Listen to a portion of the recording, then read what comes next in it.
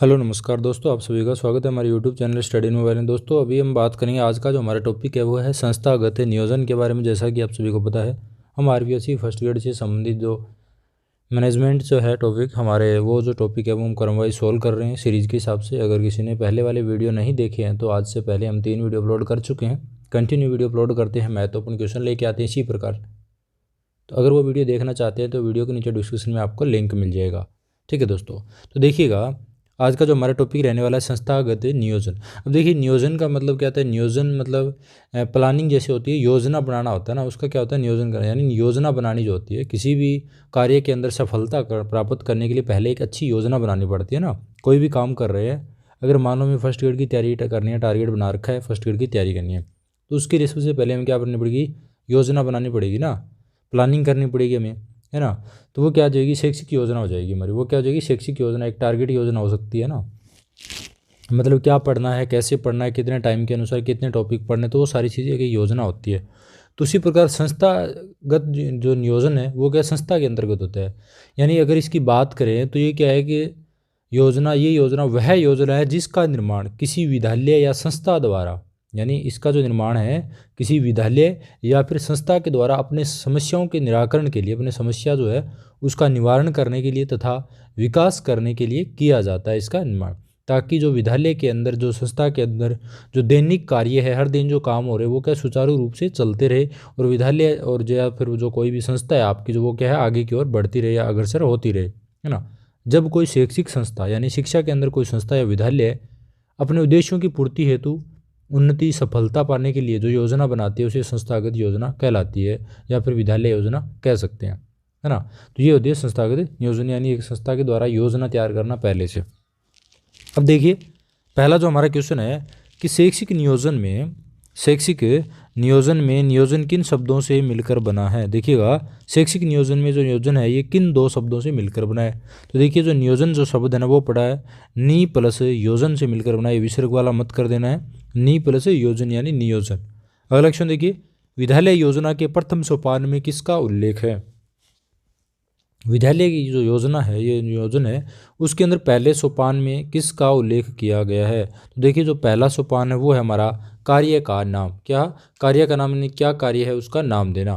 तो देखिए, विद्यालय योजना जो है उसके अंदर चरण या बोल सकते हैं, उसके पद बोल सकते हैं, उसके सोपान बोल सकते हैं। तो वो जो है ना, योजना के जो सोपान है कुल 9 सोपान है। कितने सोपान है, 9 सोपान है। पहला जो है कार्य का नाम, दूसरा है प्रभावी या सहयोगी, तीसरा है वर्तमान स्थिति, चौथा है आवश्यकता, पांचवा है उपलब्ध साधन, छठा है लक्ष्य, सातवां है अवधि, और आठवां है क्रियान्वित के चरण, और जो 9वां है लास्ट में वो आपका है मूल्यांकन। क्या है, मूल्यांकन। यानी कितने सोपान बताए गए हैं, 9 सोपान बताए गए हैं। पहला कौन सा है दोस्तों, कार्य का नाम, और अंतिम है मूल्यांकन। ठीक है, तो ये आपको ध्यान में रखना है। विद्यालय योजना के 3 सोपान है, और विद्यालय योजना के जो खंड कितने अगर पूछ ले तो खंड कितने दोस्तों, 3 खंड है। विद्यालय जो योजना का प्रारूप है उसे 3 खंडों में बांटा गया, प्रथम खंड, द्वितीय खंड या तृतीय खंड। तो इनका भी आगे क्वेश्चन के माध्यम से मैं डिटेल बताऊंगा क्या है किस खंड के अंदर। पहला क्वेश्चन देखिएगा, विद्यालय योजना के प्रमुख क्षेत्र हैं।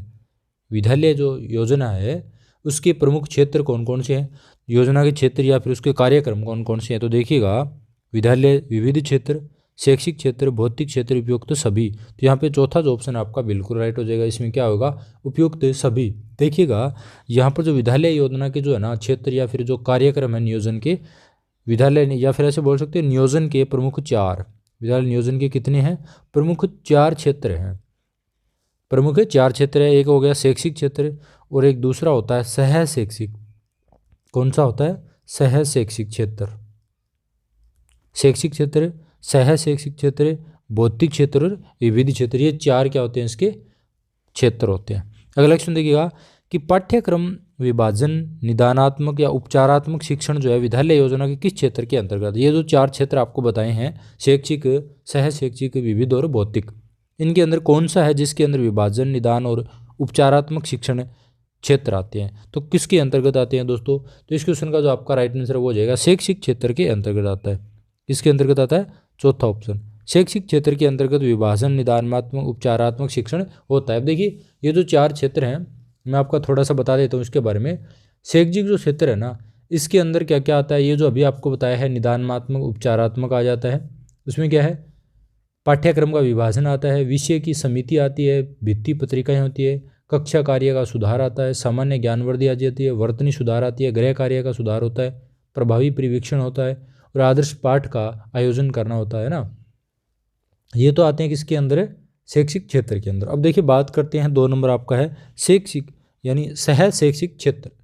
सह शैक्षिक क्षेत्र ये दूसरा है। तो इसके अंदर क्या आता है, प्रार्थना सभा प्रभावी आयोजन करना, पुस्तकालय वाचनालय का आयोजन, सांस्कृतिक साहित्य प्रवृत्तियाँ होगी, शिक्षण जो उपकरण होते हैं उनका निर्माण करना होता है, स्काउटिंग होगी, गाइडिंग होगी, है ना, एनसीसी हो गई, ये सारे के सारे जो बुक बैंक होगी, शारीरिक योग शिक्षा होगी, खेल कूद की व्यवस्था होगी, बाल सभा हो गया, है ना, बाल सभा का आयोजन। ऐसे पूछ ले कि बाल सभा किसके अंतर्गत आता है, सह शैक्षिक के अंतर्गत आता है। खेल कूद हो गया, अध्यापक अभिभावक संघ हो गया, शाला हो गया, है ना, भोजन की व्यवस्था होगी, जातियों का प्रभावी आयोजन हो गया, उत्साह हो गए और स्कूल के अंदर पत्रिका प्रकाशन होगी, ये सारे के सारे सह शैक्षिक के अंतर्गत आते हैं। अब बात करते हैं भौतिक क्षेत्र। अब भौतिक क्षेत्र नाम से ही पता लगा, भौतिक क्षेत्र पढ़ते विज्ञान पढ़ते हैं तो भौतिक के अंदर मतलब क्या आती है, एक कोई पार्टिकुलर जगह या विशेष स्थान का जैसे नाम होता है। जैसे विद्यालय भवन का निर्माण करना हो गया, 4 दीवारी निकालनी होगी, विद्यालय के अंदर ना पेड़ पौधे हैं उनका रोपण करना यानी वृक्षारोपण हो गया, पानी की व्यवस्था करना हो गया, खेल मैदान का निर्माण करना हो गया, है ना, रंगाई पुताई कराना विद्यालय के अंदर ना, रंग रोगन कराना, फर्नीचर का निर्माण कराना, है ना, कक्षाओं के अंदर कोई उपकरणों की व्यवस्था कराना, ये सारे के सारे क्या होते हैं, भौतिक के अंतर्गत आते हैं। अब चौथा जो आपका वो रह गया विविध क्षेत्र। इसके अंदर क्या होता है, इसके अंदर योजना आती है, इसके अंदर राष्ट्रीय जो स्तर पे जो होती है ना, राष्ट्रीय स्तर पे जो योजनाएं होती है तो उनका संचालन किया जाता है, किसके अंदर, विविध क्षेत्र के अंतर्गत आता है वो चीज़ें। तो समझ गए होगे, शैक्षिक के अंतर्गत पाठ्यक्रम से संबंधित हो गया, सह शैक्षिक के अंतर्गत हो गया शैक्षिक जो पाठ्यक्रम है उसका प्रभावी बनाने के लिए, जैसे बाल सभा हो गया, है ना, कोई भी खेल कूद के काम हो गया, इस प्रकार के जो है ना, वो जो बाल सभा, पर्वतारोहण, एनसीसी, स्काउटिंग गाइडिंग, ये शिक्षक उपकरणों, ये सारे के सारे, पुस्तकालय का वाचन करना, ये सारे सारे इसके अंतर्गत आते हैं। और भवन निर्माण है वो किसके अंतर्गत आते हैं, भौतिक के अंदर। और राष्ट्रीय जो है वो किसके अंदर, विविध के अंतर्गत। चलिए 5 नंबर क्वेश्चन देखिए, नियोजन का शाब्दिक अर्थ है। नियोजन का शाब्दिक अर्थ होता है निश्चित रूपरेखा तैयार करना, यानी प्लानिंग जो है, निश्चित रूप से प्लानिंग बना लेना, तो उस नियोजन का शाब्दिक अर्थ। अगला क्वेश्चन देखिए, शैक्षिक नियोजन की प्रक्रिया होती है। शैक्षिक नियोजन की प्रक्रिया क्या होती है, प्रभावी, स्पष्ट, लचीली होती है, विस्तृत और एकीकृत भी होती है, संगठन एवं समूहों की सहभागिता होती है। तो उपयुक्त सभी जो है इसके अंदर आ जाएगा शैक्षिक नियोजन की प्रक्रियाएं।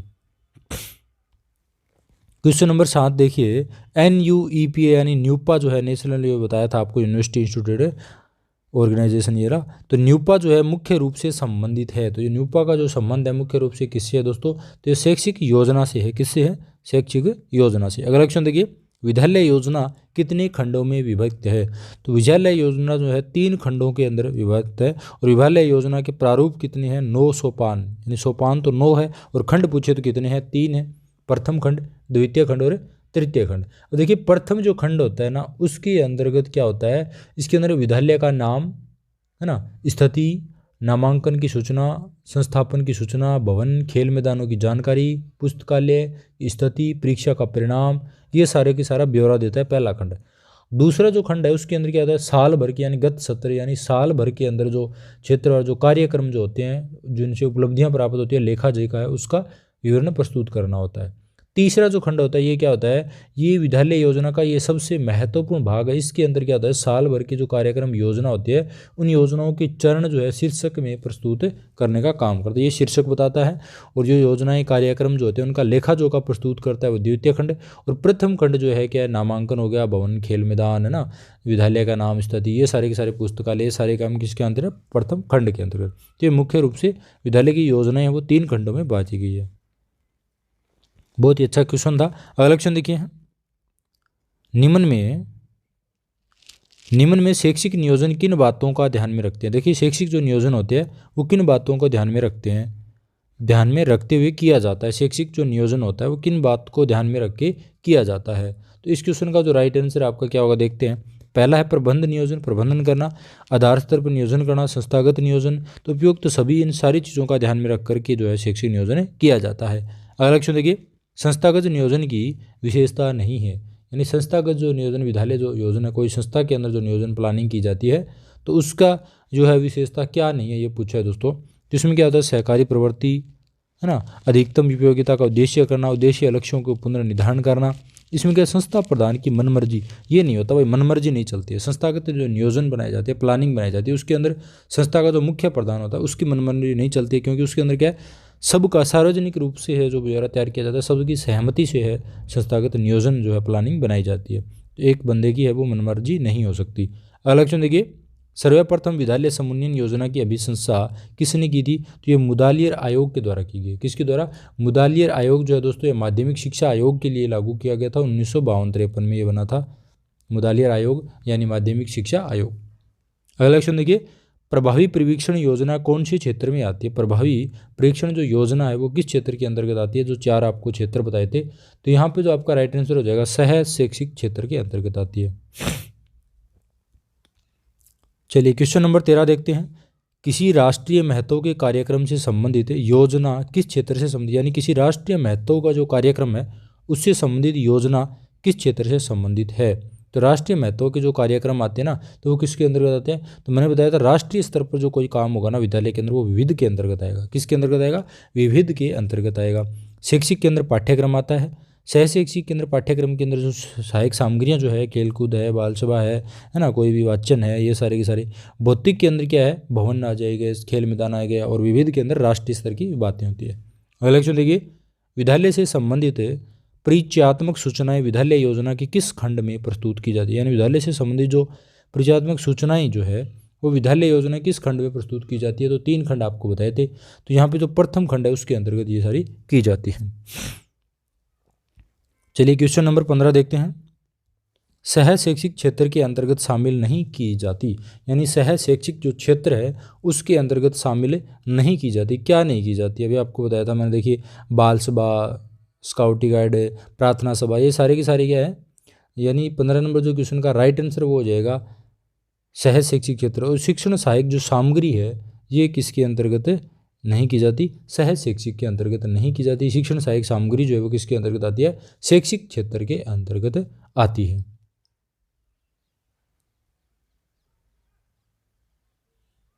ठीक है दोस्तों, तो आपको ध्यान में रखना है। अगला क्वेश्चन देखेंगे,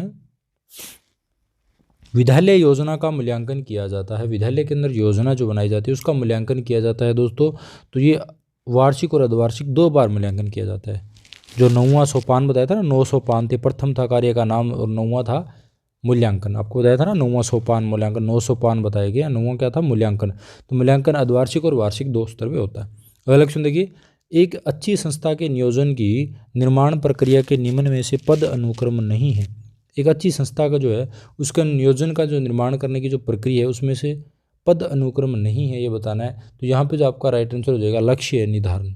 क्या है? लक्ष्य का निर्धारण करना एक है, पद अनुक्रम योजना नहीं है। अगला क्वेश्चन देखिए, विद्यालय योजना की मूल्यांकन रिपोर्ट किसे भेजी जाती है? तो विद्यालय योजना के अंदर जो मूल्यांकन किया जाता है एक अर्धवार्षिक और एक वार्षिक होता है। तो ये जो है किसे भेजा जाता है? तो यहाँ पे जो राइट आंसर हो जाएगा जिला शिक्षा अधिकारी को भेजा जाता है ना। जिला शिक्षा अधिकारी शॉर्ट फॉर्म अगर पूछे तो DEO आता है। क्या आता है? DEO। अगला क्वेश्चन देखते हैं, किसके आधार पर विद्यालय का विकास और उन्नयन का कार्यक्रम अपनाया? किसके आधार पर विद्यालय का विकास और उन्नयन कार्यक्रम है जो अपनाया जाता है? तो वो नील पत्र के आधार पर। देखिए इसके बारे में ये बताता हूँ कि जो अगर बात करें इसके बारे में, तो देखिए शाला जो योजना है, शाला योजना है, जो शाला योजना है वह नील पत्र होता है। शाला योजना क्या है कि ब्लू प्रिंट होता है, नील पत्र होता है, जिसके आधार पर विद्यालय का विकास और उसका जो उन्नयन जो है उसके जो कार्यक्रम है उनको अपनाया जाता है इस नील पत्र के माध्यम से, यानी शाला योजना के माध्यम से। ठीक है, शाला योजना क्या है? एक नील पत्र है। अगला क्वेश्चन देखिए, संस्थागत नियोजन का भेद नहीं है। देखिए संस्था के जो नियोजन है, संस्थागत नियोजन जो है 3 होते हैं। एक तो होता है राज्य स्तर पर, एक होता है राष्ट्रीय स्तर पर और एक होता है स्थानीय स्तर पर। समझ गए? स्थानीय, राज्य और राष्ट्रीय 3 स्तर। अंतर्राष्ट्रीय जो है इसका भेद नहीं है। तो यहाँ पे पहला जो ऑप्शन आपका राइट आंसर हो जाएगा। अगला क्वेश्चन देखते हैं, स्थानीय स्तरीय संस्थागत नियोजन के स्थानीय प्रशासक, यानी स्थानीय स्तर पर, यानी 3 बताया था आपको, स्थानीय हो गया, राज्य हो गया और राष्ट्रीय स्तर हो गया। तो इनमें जो स्थानीय जो संस्था होती नियोजन जो होता है उसके स्थानीय प्रशासक कौन होते हैं? उसका अधिकारी कौन होता है स्थानीय स्तर पर? तो उसका अधिकारी जो होता है वो होता है जिला अधिकारी। कौन होता है? जिला अधिकारी होता है दोस्तों, DEO। अगला क्वेश्चन देखिए, विद्यालय भवन का विकास, खेल मैदान का सुधार और जो विद्यालय के अंदर जो वाटिका होती है, बगीचा जो होता है, उसका कार्यक्रम नियोजन किस क्षेत्र के अंतर्गत आते हैं। तो दोस्तों आप सभी को बताया था मैंने, भवन है ना, खेल मैदान हो गया, जगह या मकान बनाना, वाटिका बनानी, पानी की व्यवस्था करना, ये सारे के सारे काम भौतिक के अंतर्गत आते हैं ना। किसके अंतर्गत आते हैं? भौतिक के अंतर्गत आते हैं। अगला क्वेश्चन देखिएगा, राज्य स्तरीय शैक्षिक संस्थान नियोजन का सर्वोच्च पदाधिकारी कौन होता है? राज्य स्तर के ऊपर जो शैक्षिक संस्थान होता है उस नियोजन का प्रथम पदाधिकारी जो है कौन होता है दोस्तों? इस क्वेश्चन का राइट आंसर हो जाएगा शिक्षा मंत्री। क्या होता है? शिक्षा मंत्री। और स्थानीय स्तर पर क्या बताया था आपको? जिलाधिकारी। अगला क्वेश्चन देखिए, पेरिस के अंदर 6 से 14 अगस्त यानी 6 से लेकर 14 अगस्त 1968 को किस विषय से संबंधित एक अंतर्राष्ट्रीय कॉन्फ्रेंस बुलाई गई थी? अंतर्राष्ट्रीय जो है बैठक की गई थी दोस्तों, वो किस विषय से संबंधित थी? तो वो थी शैक्षिक नियोजन के जो सिद्धांत है उनकी रूपरेखा के ऊपर जो है कि कॉन्फ्रेंस बुलाई गई थी पेरिस के अंदर। कब? 6 से 14 अगस्त 1968 को। चलिए अगला क्वेश्चन देखते हैं। क्वेश्चन नंबर 25 देखिए, किसी भी विद्यालय नियोजन के कितने प्रमुख पक्ष होते हैं? किसी भी विद्यालय नियोजन के कितने प्रमुख पक्ष होते हैं दोस्तों? तो ये जो पक्ष होते हैं वो कितने होते हैं? 4 पक्ष होते हैं। कितने पक्ष होते हैं? 4 पक्ष होते हैं। कौन कौन से होते हैं? 4। एक होता है शैक्षिक पक्ष या शैक्षिक क्षेत्र, दूसरा होता है सह शैक्षिक, दूसरा कौन सा होता है? सह शैक्षिक, और तीसरा होता है आपका भौतिक, है ना, जिसमें बताया था मैंने अभी, जैसे भवनों का निर्माण हो गया, पुस्तकालय भवन बनाना, वाटिका बनाना, खेलकूद का मैदान बनाना, है ना। चौथा जो होता है वो होता है विविध क्षेत्र।